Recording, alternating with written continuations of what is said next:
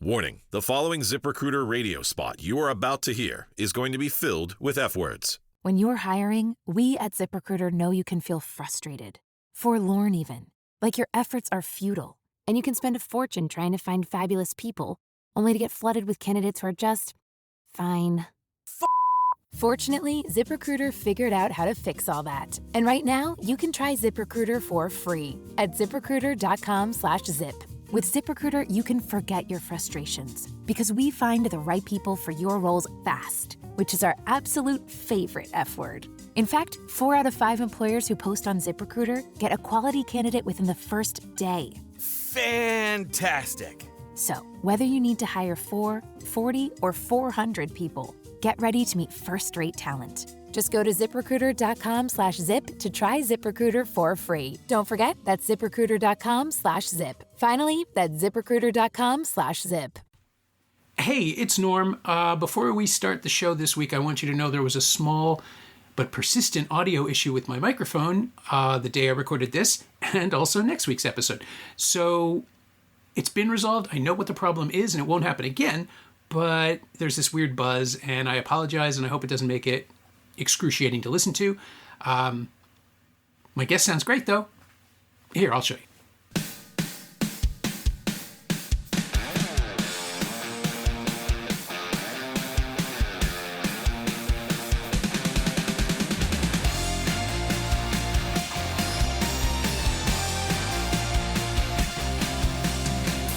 Hey, hi. Welcome to Someone Else's Movie, the original podcast where an actor, writer, director, or nebulous industry figure gives a little love to a movie they didn't make. I'm Norm Wilner. I'm a critic, consultant, and programmer based in Toronto, and this is the other thing I do. My guest this week is William Woods, a veteran producer whose credits include Mean Dreams, The Kid Detective, Drive Back Home, and The King Tide, which he co-wrote with Albert Shin. He's making his directorial debut with The Outer Threat, starring Constance Wu and Mark O'Brien as a couple forced on the run with their 2 young children after an incredible scientific discovery puts a very large target on their backs. Opening this Friday across Canada and already playing in the US, it's a thriller that spins out its elaborate story on a very modest scale. I really liked it. You should check it out. And Will picked another intimate treatment of a fantastical narrative, M. Night Shyamalan's Unbreakable, which stars Bruce Willis as David Dunn, an unassuming security guard who survives a terrible train derailment without a scratch and finds himself under the wing of Samuel L. Jackson's extremely intense Elijah Price, who's convinced that David is a very special person. The nature of that specialness may sound crazy at first, but things start to happen that make David wonder if Elijah might be onto something after all. As moody and thoughtful as The Sixth Sense, but exploring a very different genre, Unbreakable took a while to attain the same level of regard as Shyamalan's breakout, ultimately becoming the foundation of an unlikely trilogy. Now that's a twist.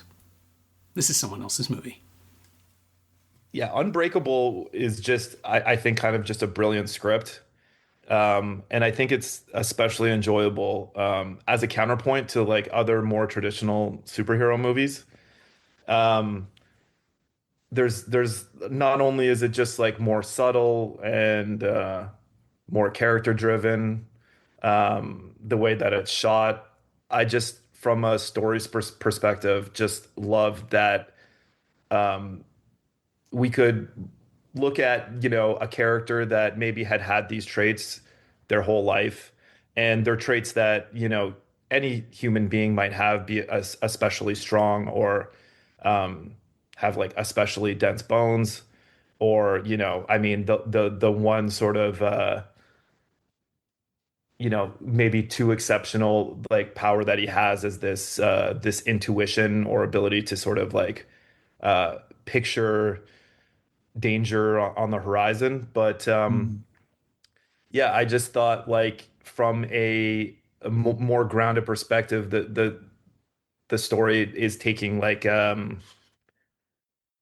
more real things that could actually exist within humanity, and then putting it behind this character who doesn't really believe in himself and really needs the other characters in the story to believe in him so that he can believe in himself and really, achieve his full potential, which I think is really the story of a lot of people. I mean, I feel so fortunate in my life because there's people around me that believe in me and really push me and And I think that that allows me to, even just like having um I'm gonna say like the bravery to like get into film and try to make a film, I think like takes a little bit of like belief from others around you to say like, yes, like you're capable and you can do this, and it's scary and there's no real entry point, but you can go for it and you can figure it out. And I think that theme in the movie, I think like really translates. I don't want to sound like too much like The Secret or something like that, but yeah, I think like that really resonates, and I think that that's like in this shell of like a more grounded story that is like a little bit more human than, if you just get bit by a spider and then you like acutely have a superpower, or you're a billionaire and you have this like all this tech that allows you to be immune to bullets and stuff like that. Then this is just like yeah, I don't know, I just felt like it was like a little bit more of a relatable way in. And then the fact that it didn't have this like very traditional sort of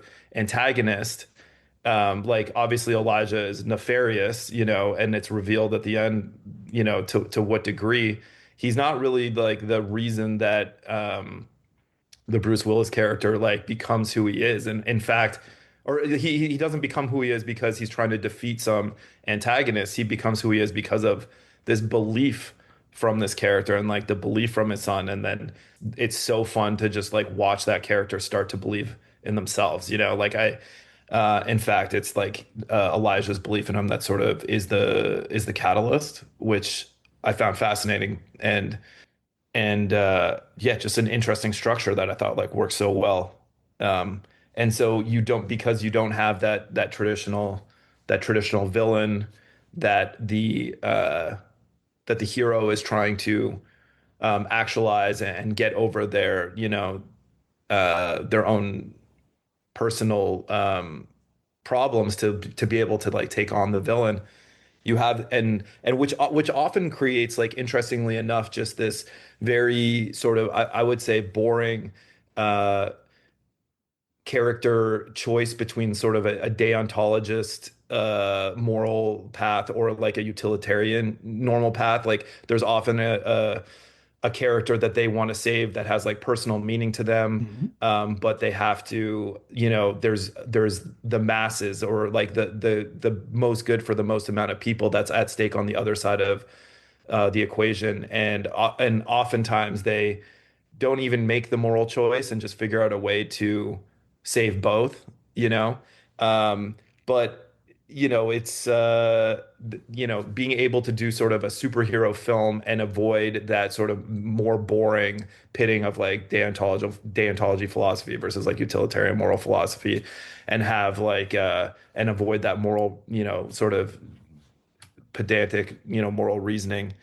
I just thought it was like it was great. I mean, not that that Unbreakable is asking some like grand moral question, but it at least is exploring something a little bit like truer and more like personal, which I just loved. And like, added on to that, I thought that all the performances were amazing. I mean, Robin Wright's incredible in the film, and I love Bruce Willis as the sort of everyman. Yeah, it's yeah, it's just a brilliant. And I'm also so jealous of the premise, you know. Yeah. And whenever you watch a movie and you're like, oh, that's just. I remember watching. I watched Fight Club before I read the book, and I was just like, I'm just so jealous of this premise. This is like unbelievable. Um, but yeah, I'll stop rambling on. No, no, none of that was a ramble. It all makes sense. And it's all in the film, right? Like this is a movie. Mhm. I remember everybody treating the ending like it was a twist. It's not a twist, it's a reveal. It's the 100%. the twist is that you're watching the movie that it said it was the whole time. And the way that the way that Shyamalan, I mean, now we call it elevated, right? Now that we have the language of what comic book movies became, because this is the Hmm. same year as X-Men. And Yeah. that is a comic book movie, and this is not, except that it absolutely is. Hmm. It's the way I reviewed it was like, this is a chamber piece with Batman and the Joker, or Superman and Lex Luthor, just like in rooms talking to each other before hostilities. And it's Hmm. this tension between what the film is telling you it is, what Elijah is insisting is going on the whole time, and what David desperately wants it to be, which is not that. He's like the thing that I love about the film and about Willis's performance, because it's so like, it is so quiet that he got no credit whatsoever for it. But he is playing someone who doesn't want to be special and knows he is and won't accept it. Like, he has been fighting this. We find out as over the course of the movie, he has always known he can't be injured. He just forces himself to forget. He refuses to act on his intuition. He just says he's really good at spotting weirdos as a security guard. He denies over and over and over that there is anything special about himself, to the point that he has rendered himself so dull, his wife is leaving him. And he's losing his kids' respect. And all of these things are happening because he doesn't want to be special. And this weird terror that drives him is so interesting on Willis's face, because Bruce Willis isn't an action hero. He's just playing somebody who isn't. Yeah, and I think going back to like the moral reasoning point, I mean, obviously he is just an agent for good by the third act. He is, going to seek out nefarious characters, and he's going to intervene for the betterment of the community. But the moral choice, the moral reason that the character does have is like, he has this car accident and he's like, do I want to be with this person that I love? And what's at odds with it is my potential and what I could be. And he decides that it's more important to be with this person I love. And I'm going to make that decision personally, rather than bringing it to her and trying to make a case that, a therapist and a football player can coexist. Instead, he makes it personally. And I don't think that it's like he is like, she's leaving him because he's dull or he's losing the respect of his son. It's much more, he isn't who he knows deep down that he can be. And I think that creates a sadness. And I think that, again, like, I think that's super relatable. I think that a lot of us believe we can be more or better or different, at least, yeah, or different. And I think that when you desire to see what that potential can be, and you're not making the steps to achieve it, even if it is for like a noble outcome, such as spending your life with the person you love, I still think that does like erode a little bit. And I think it does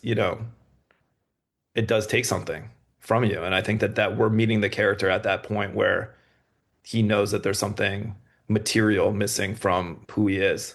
So, and I think like that's also why it's so fun to see him realize it. And just how many sick days have I had? And then going and talking to his partner, it's like, have you ever remembered me being sick? Isn't that weird? Like, and then her having, coming along and coming into it, and realizing that she loves him even more once he has actualized his full potential and become who he should be. It's an interesting challenge, because on a different level, Willis is playing somebody who doesn't seem to be that bright. Like, he's just he's either pretended to be a little slow for so long that he doesn't think anymore in ways that a smart person would, because it's basically, in a comic book world, it is screamingly obvious that Elijah Price is the bad guy. But David doesn't recognize that because he refuses to see the comic book world in which he already exists, which is the thing that I found at the time so fascinating. It's like, what if you lived inside that world? You wouldn't know. No one would know that somebody's playing the strings and that there's writers and artists. Like, you would exist in this is one of those things where I think if you're really high, it makes perfect sense. And if not, it's a slightly larger ask. And following The Sixth Sense, which was so obsessively realistic about everything and so hushed and so silent, I think people were expecting something scary from Shyamalan. And he's never been a horror guy. He plays with dread and he plays with tension, but he's not out to create a thrill ride. His films are so slow and so meticulous that there's just no space for that. What he wants you to do is live in the worlds that he builds. And sometimes that works really, really well. And over the years, you can tell which worlds he believes in when he's building them. Like his first three films, his first three successful films, Sixth Sense and Unbreakable and Signs, I think are airtight because he's doing everything he can, thinking all the time about the permutations and what's around the next corner and where people go and what happens to them when they're off screen. And then by the time he made Split, with the little sting at the end that it is an Unbreakable stealth sequel, it's showy and he's desperately trying to return to his former glory and he's clutching at this, and that leads to Glass, which is, I mean, I don't know how you felt about it, but I saw that with a packed house that right from the third minute, we're just sort of collapsing in disappointment, and as the whole thing just crumples.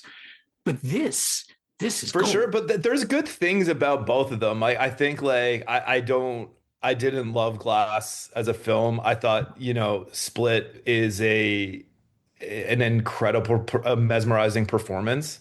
Sure. That is totally enjoyable just for James McAvoy.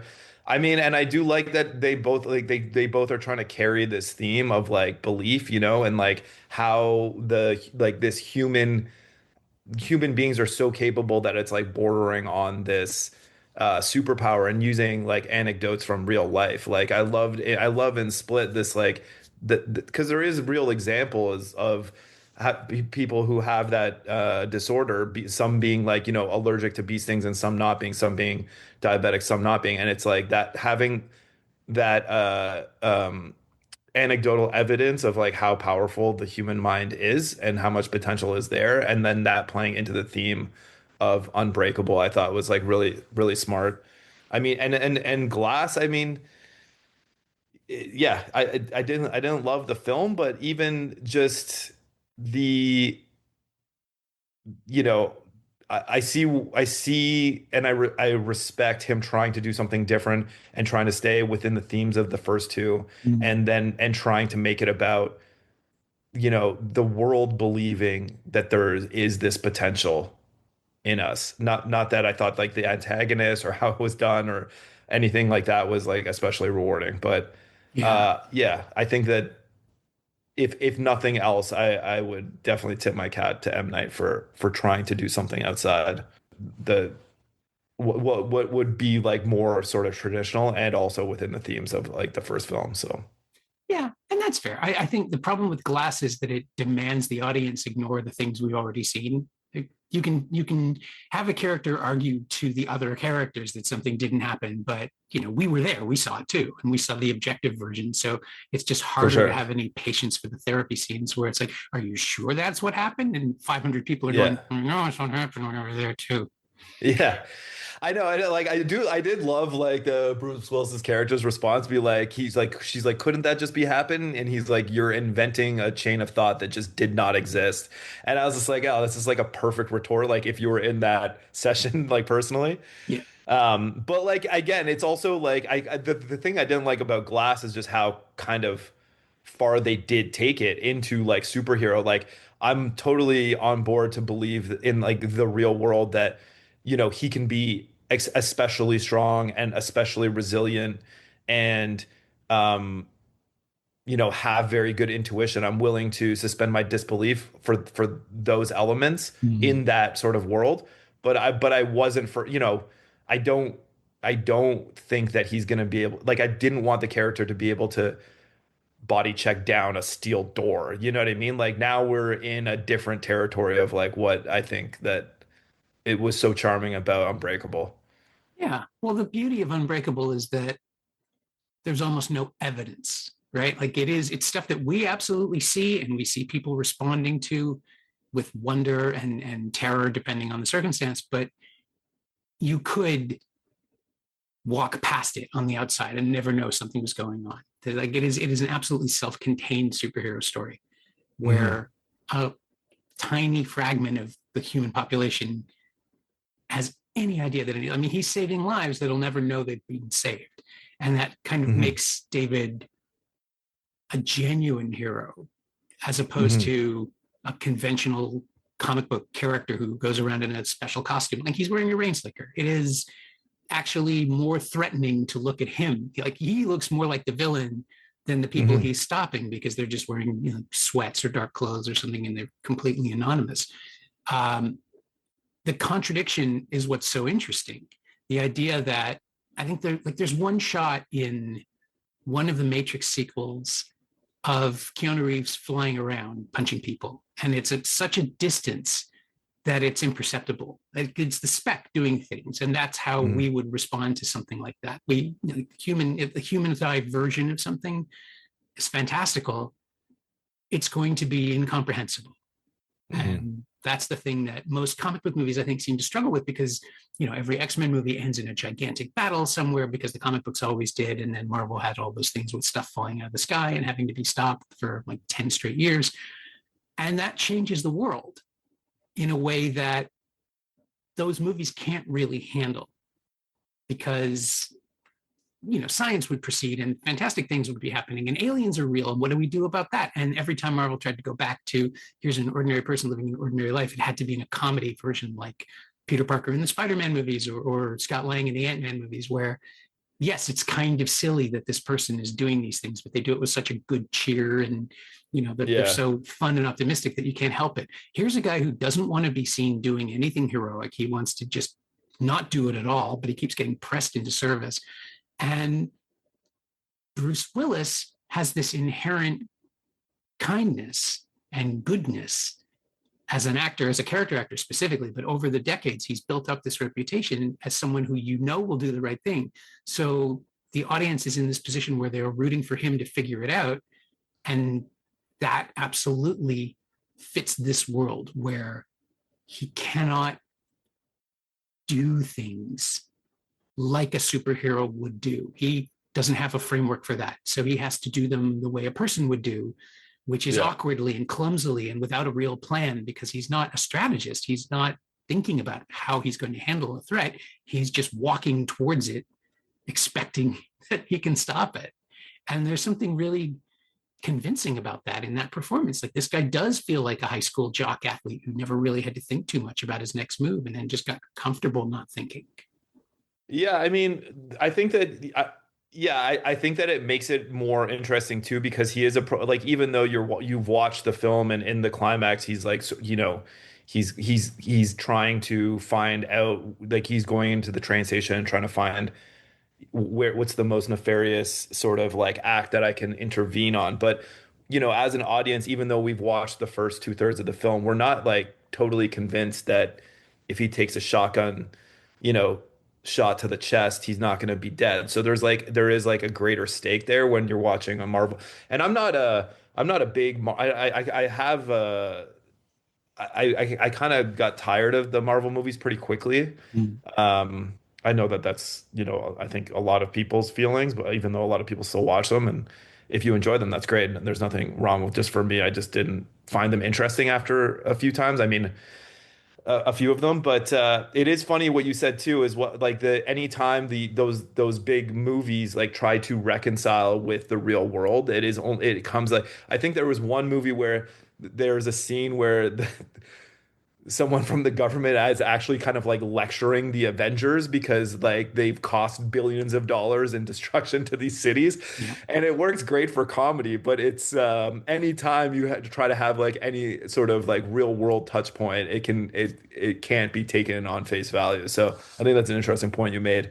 But I also think, like, I think you're being a little bit harsh on the Bruce Willis character. I don't think he's as much of a dullard as you're thinking about him. I mean, obviously M. Night is positing these characters in a way that one is super intelligent and one is physically gifted, Mm. so they are kind of that side of it. But I don't think like any of the decisions he's made show like a lack of intelligence. I mean, he's not obviously, Will Hunting doing, equations on a chalkboard or anything like that. But I think that he just is so inherent, like the character is supposed to be just so intrinsically good that he has a very strong moral compass, and he wants to love his family, and he wants to be a good husband, and he wants to protect people in his work, and he's a model employee,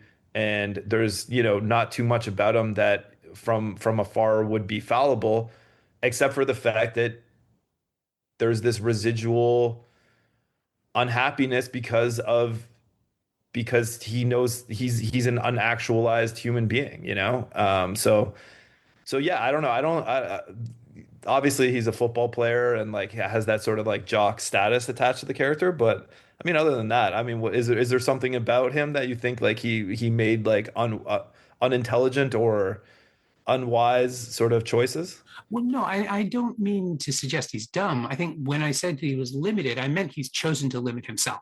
And he did it Right. so Okay. long ago Gotcha. that he stopped trying to be any more than that. Like he decided Yeah. he was going to be an absolutely normal person. And that meant tamping down all of his instincts and tamping down all of his abilities, and then just simply settling and not trying. And I think that's it, right? His family isn't leaving him, he's receded from them. And this is just the response that they've had to come up with.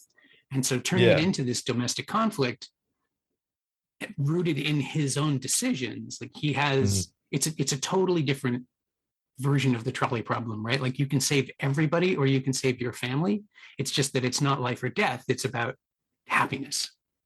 Mm-hmm. Yeah, that's an interesting point. Yeah. And I think Shyamalan's always played with stuff like that. Family is a paramount theme in his movies. And, The Sixth Sense is about a fatherless boy and the adult he builds a relationship with, ultimately, like with or without the hook. That's what that story is about. And Signs is about a family coming together after the end of the world as their last stand. Yeah, also after familial loss, right? Like Mm-hmm. Yep. Signs kind of uses that same thing that The Sixth Sense had. Yeah. Dead parent motivator. Yeah, which is, obviously, highly effective, but also highly like relatable and sad. But I think also like even Unbreakable, like without having his son sort of be as present as he is in the film, I don't think the film works. Mm-hmm. There's so many things that you get just from having him really believe and like really want his dad to be more, and like the the the fact that he brings him to the first sort of meeting with Elijah with Mr. Glass, and it's yeah, it allows him to sort of be a protector and also, curious and also motivated to think that he can be more simultaneously, just by, you know. And then even just like, yeah, like having that character also like pull the gun on him, and, that threat that, yeah, I don't know. I just thought it was like brilliantly done, sort of like start to finish. Having the kid support him in his superhero journey is like, now it's a completely recognizable trope, right? Like it's the fan who becomes, it's fan service. Um, it's Ned and Spider-Man. It's all the characters who understand what's going on better than the characters do, than the hero character does. Hmm. And here it's so interesting to have that and Glass as the two like points of that argument. Elijah is so desperate for David to be the person he's looking for reasons we don't understand until the very end. And Joseph just wants his dad to wake up. And this is the best possible way he could, right? Like being really strong and being really impervious to harm and having psychic powers and all these things that David himself doesn't understand, but his kid absolutely does. Hmm. And so that's the way they finally get over the hump of his retreat. Which is And great too, because it's like so acceptable for the kid to be naive enough yes, to exactly. allow themselves to believe that my dad is a superhero. It would be irresponsible for David to entertain it too quickly in the story, but you need to keep that idea, sort of present. And it's just and you really love that relationship. Like I love films that aren't just like, good and evil or whatever. And I do think that there can be interesting like conflict with like good characters. And I don't think you need to have a like obviously there's conflict in this movie between, the Robin Wright character and David, but I don't think you just because you have a family in a film doesn't mean that that family has to have some sort of like internal conflict for the film to like work. And I think that like I think Ted Lasso is like a great example of that. It was just like everyone, I mean, at the time it came out or whatever, but just it's charming and enjoyable and still interesting, and you can still explore different aspects without having sort of this with having a bunch of characters that like do genuinely mean well around each other, even though they might have different motivations or desires or issues that they're navigating. Yeah. But it's tricky to do, obviously, and stay compelling. But yeah.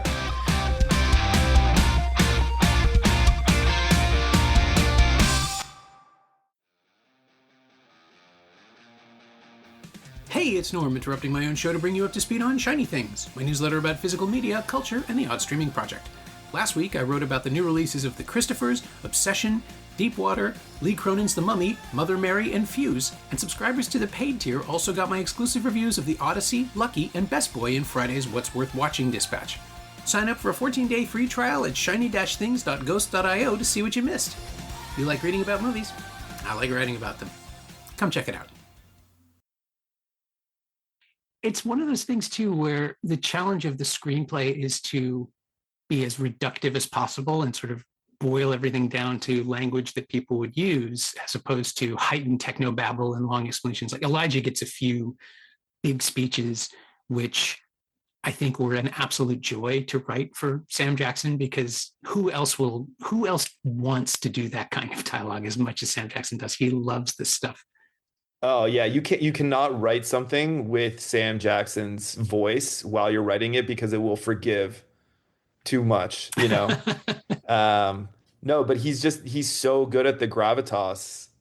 Um, and yeah, I mean, yeah, I could watch him. I could watch him do anything. He has zealotry somehow. Like he sees this as a religious cause, a purpose. It's his grand purpose, especially since, especially when you look back and realize, oh yeah, he's been monologuing like Dr. Doom the whole time. You can see the italics and the bold hand lettered words coming out of him, and nobody else does. He's the only one who dresses for the job he wants to have. He's the only one who is willing to be as extreme. And you can argue, and Shyamalan is really good at this, at the grounding of the ridiculous and spectacular.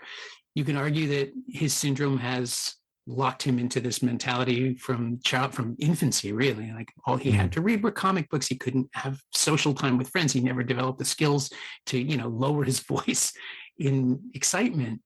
And he is vindicated, which I love. Like, this is a movie where the villain is right.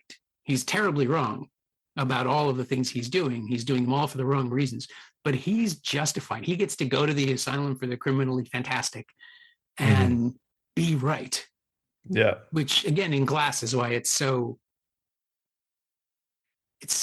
is like, I think the biggest tragedy of that movie within the story, and it's deliberate, is that he's never been able to go out and realize his potential with a rampage. Like, he's clearly wanted to this whole time, but he's just too frail. He can't get any henchmen. He can never figure out a way to do it. And he's only gotten angrier. But even then, like, I don't like that movie, but Sam Jackson owns that movie. He is having so much fun as that character. Yeah, it's also even the like having that character be like very having such like independence given his physical limitations and having such intellectual prowess. And I don't know why, but there's something about a lobotomy that I find even more terrifying than death, or even like a tortured death. And I was trying to think about why that could be. And it's because if you subscribe to the idea that a lot of our motivations come from some sort of like biological underpinning, then, if you could still eat, you could still be sheltered, you could still like have like, you could still be actualized in all of these ways. But it's just, there's something about stealing like who you are or having that taken away from you that is like not necessarily like rooted in any sort of, biological self-preservation. Yeah, but you wouldn't be you anymore. It's terrifying. Of course it is. But it is interesting to think about that in the and the landscape of like what is like so like what would be the like how would an evolutionary biologist explain why that is so important? You know, I Mm. think it's also interesting like to think about like thinking about the modern LLMs, or like any sort of like a computer, intelligence that it's hard to imagine what their motivations like would be, because they don't have that under like there it's highly likely they would do nothing as doing something.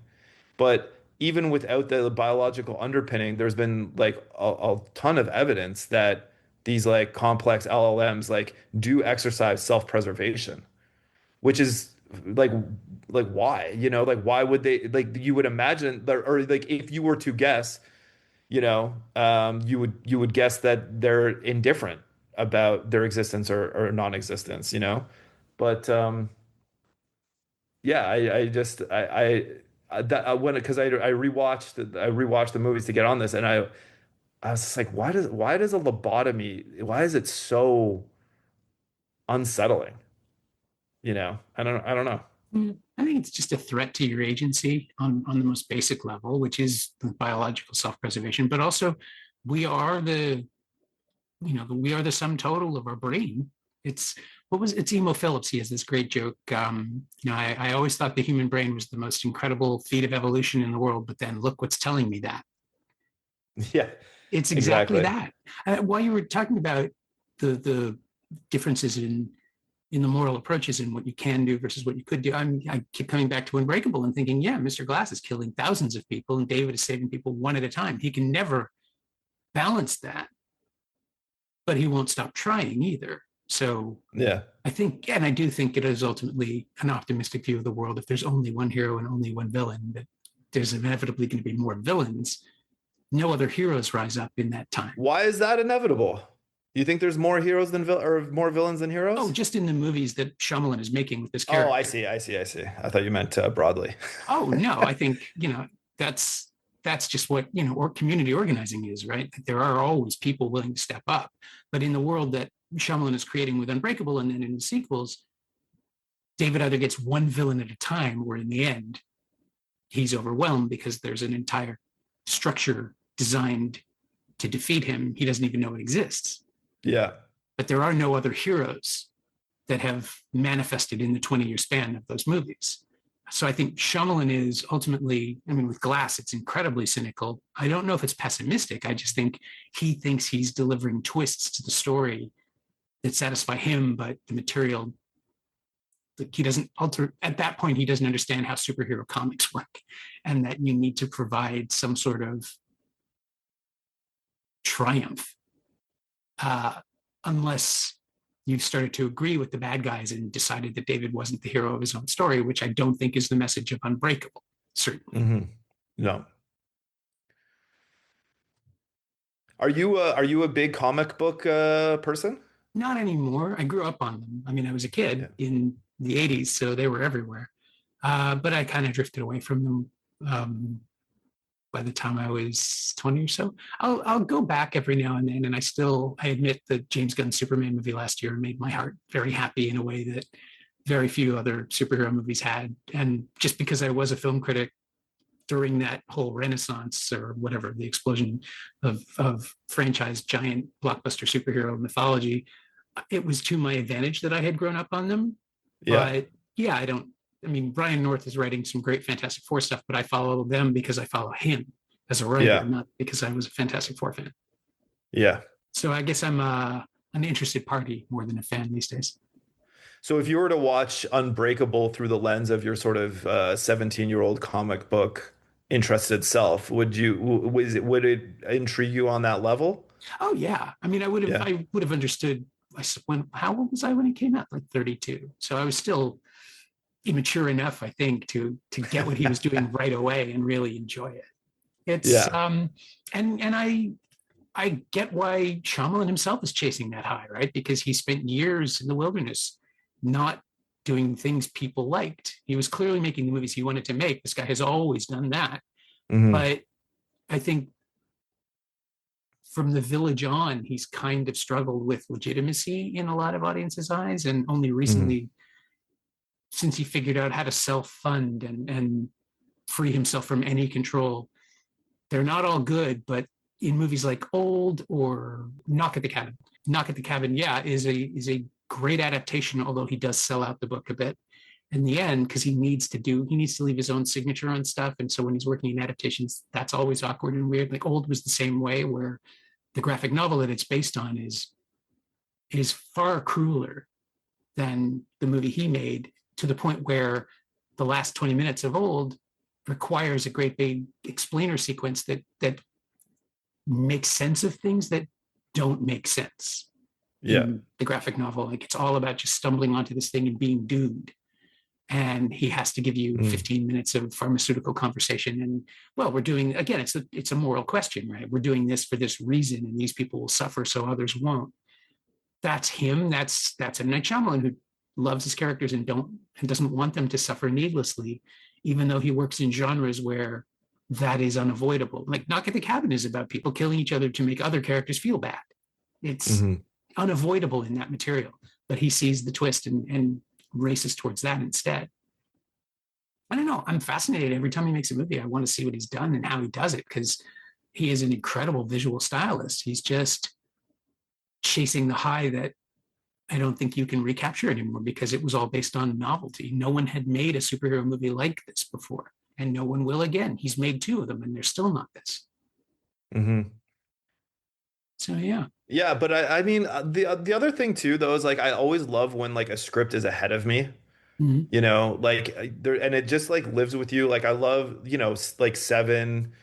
You know, when like Kevin Spacey's character comes in and they're like the sins are not done, you're like, oh, like this, what is going to happen here? Like I thought I was in sort of more of a traditional detective, you know, murderer film, and like when when a script is just,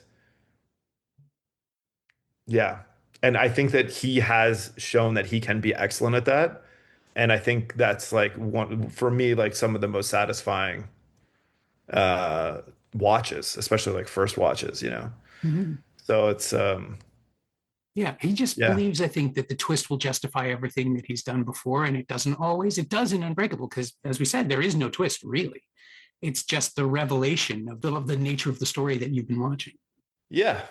And I think like I do think that people are a little bit like too critical of him for trying to get this, like get the twist or whatever, but I think he's trying to smartly be ahead of the audience and give that feeling of like these like elements that you weren't totally tracking like line up in a way that's different than what you had expected. That takes a lot of like thought, and I think that, you know, I don't know, a lot of movies I've seen recently don't even attempt to have that level of like intelligence or being ahead of it or like structuring, and so yeah, I definitely like, whether, you know, someone would argue it works or doesn't work in different movies, I think that I applaud the attempts at least. Well, and that does kind of let us pivot over to the Outer Threat, which is a film that is one thing that becomes another thing, but is still the same thing in a really elegant way. You've built in, how can I put this without spoiling anything? Knowledge itself is the danger in your movie. There are things that people learn that they shouldn't necessarily know. And in one case, someone doesn't even want to know. But once they've witnessed it and learned it, they have to move through the world with that knowledge. And you do a really, really smart job of isolating people. And I know you started working on it during COVID. And so the mentality of, you know, like, what can I do with a limited number of actors and a small crew in a location that I can control? It's there, but unlike a lot of other movies that were conceived during COVID, it's not restricted to that. Now you can make the movie bigger, and there's this huge canvas going on literally below the surface of the script, underground in a bunker, but also all over the map of the movie. I don't know how to describe this, and I'm trying not to say things that will spoil it for people, but you found a way to suggest a much, much larger world through limitation, which I think I thought it was really clever. And it did remind me of the way that Shyamalan closes the worlds down in his movies, and especially in those first three, so that we are just sort of sitting in an aquarium with his characters, watching them explore the like, see if they can figure out where the windows are. Yeah, I really appreciate that. I feel like that was very generous, so thank you. But yeah, I think like also just to clarify, I didn't shoot this during COVID, and I didn't I wrote it during COVID Mm-hmm. because um yeah, I'm mostly a producer, so I am luckily very busy doing that, and I always loved story, and I always loved writing. And I think when COVID came around, I had this like, start of an idea, and I just for I had just a moment in time where I actually had the time, and I was like, if I don't sit down and write this now, I'm never going to do it. And yeah, it was like super rewarding, um and really fun to do, and I kind of got addicted to writing again. And but it wasn't intended to be shot as a few location, few characters. It was much more just exploring these very big, like much bigger ideas through a very like personal lens. Mm-hmm. And obviously there's this 5 minute into the future um calamity that sort of creates like a disruption to society, but trying to how would that disruption feel to a like a family? Because if you can't, and what I don't know if this is a spoiler or not, but if you can't communicate and there isn't these things like to get information, you can't go on your phone, you can't turn on a radio, you can't turn on a TV, and all you have is this period of like, why is this happening? Is this a reaction to something I've done or not? And then how do you move through the world? Are you skeptical? Are you generous? Are you mistrusting? And I think that there's this, you're not all the way panicked, like board up the doors, like shoot anyone who like steps on your property, but there is this like level of tension that we're in a period of like we don't really know what's happening or why, but like it's gone on for long enough that there's like cause for serious concern. And and yeah, just trying to explore trying to explore that in a very intimate way, I think makes it feel like it was intended to be like maybe shot smaller than whatever, but it was always the conceit. It wasn't written as some like larger scoped film. I think also because I am like a producer, I knew that there was gonna be a limit to the financing of what was gonna be possible for me to write and direct my first film. So and I was most excited about the ideas and the morality of it than I was by the spectacle. There's all types of films you can go see that have like tremendously like fantastic spectacle, and that's just not the arena that. So if you're listening to this and you want to see something with big spectacle, do not watch The Outer Threat. But you get to imagine the spectacle. There's stuff going Yeah. on. There's stuff that we don't see. What I mean is not that it was no. I mean I knew you didn't shoot it during COVID, but what I think happens is when people were writing screenplays during that time, the limitations become strengths because if you're good at it, you can write into the skid. Hmm. Suddenly realizing I won't be able to get more than 10 people in a room for the next year. What can I do with that? And then your imagination tailors the project to that limitation, not even necessarily consciously. There's a horror movie that's coming out. I just got the trailer in an email about a young woman waking up in a moving RV after being attacked by something, and apparently the whole movie is her in the RV communicating with the driver, and that's Hmm. clearly that was written between 2020 and 2022. Right, But right. it doesn't have to feel like it's taking place then. It's just this little switch got flipped and everybody started thinking about high concept, small location, small crew. Yeah, it's And funny. I watched 10 Cloverfield Lane again during COVID, and you're like, yeah, oh, this could have totally been a yeah, yeah, like a child of COVID, but it was just like yeah, it's yeah, it's funny when you how certain things can take on a totally different context. Yeah, I call them bunker movies. It's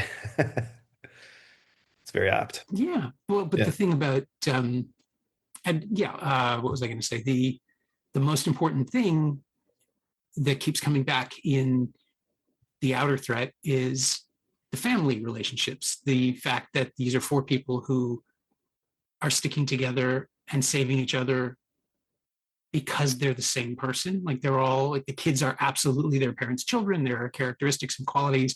This family unit is working together within their own petty bickering and figuring out their issues, but those things don't always matter as much as keeping like how you feel about your kids doesn't change. How your kids feel about each other can fluctuate. Hmm. How you feel about your partner can fluctuate, but parents, children, the unit, the way they keep putting all that nonsense aside to do stuff is genuinely entertaining and something you don't see very often in a movie like this because they're so busy trying to define their characters as individuals. And this isn't that. This is a family that is working together. And I thought that was kind of charming in its way to see in the kind of movie that this is. I'm still trying to protect it. Yeah, again, I'm gonna try to protect it too, just because you were. If you hadn't, I would have just came on and just uh, let it fly. But no, I mean, obviously, or not obviously, but I should say that the thing that's one of the more interesting things to me that I was trying to explore is this uh, love of individuals and how there's so many people in my life that I love and I love spending time with, and I'm like so lucky. And like it's I would give anything for 2 hours and a couple beers and have a long conversation with these people, and yet even with all of that like admiration of the people and love and like really respecting the ingenuity and every like in humanity, I still am like misanthropic ultimately. So it's this weird paradox that I do probably think about more than I should, but of like being able to love an individual but like not really trust or believe in the future like that's governed by humanity, And so Mm. it's trying to play with characters that really do love each other and like don't totally agree on everything, but are in a position to question if human beings are like truly the best shepherds of this ecosphere. Um, how did I do for non-spoilers there? Pretty good. Pretty good. Yeah. Yeah. Okay. Um, so so yeah, it was like obviously it was paramount to and actually in the script and in the final edit there was a lot more of the family kind of just being charming, with each other Yeah. and I think watching it and like obviously there was tone was like a really tricky one for me on this film, but I think watching it in the edit I kind of there was just too much peripheral danger for some of the more kind of charming moments in the middle of the film to really feel genuine. But and I had three of my best friends are the producers of the film, Albert Shin, Allison White, and Maddie Foley, and I had all three of them being very vocal in that this was the guiding me along to try to find the less charming tone in the second act of the film. So it was but yeah, I really did want it to be like the audience loves these characters, and yet looking at it holistically, there's something to be skeptical about the direction humanity's moving, Yeah. even though all the people we're meeting are hopefully relatable people, even That's the thing again, right? Like the individuals are worth rooting for, maybe not so much the larger picture, depending on your point of view. But then yeah. the larger picture is full of individual people, so we kind of have to root for ourselves. I will, which is so funny in the weight of our earlier conversation because you were the one that was on the side of like it's hard to be optimistic about the future.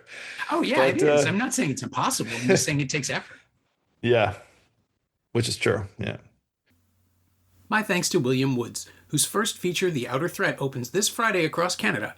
It's also still playing and available on digital and on demand in the US. Thanks also to Angie Power. She knows what she did. You can find Will on Instagram at Woods Entertainment, all one word, and you can find Unbreakable on 4K and Blu-ray from Walt Disney Pictures Home Entertainment.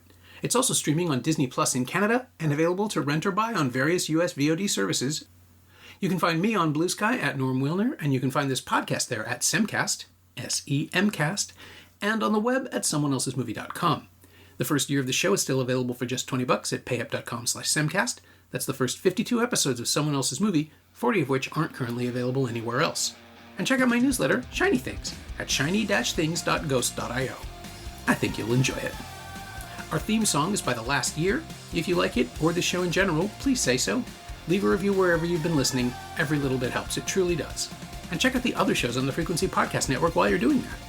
Stay safe, watch movies, get all the boosters. I'll see you next week.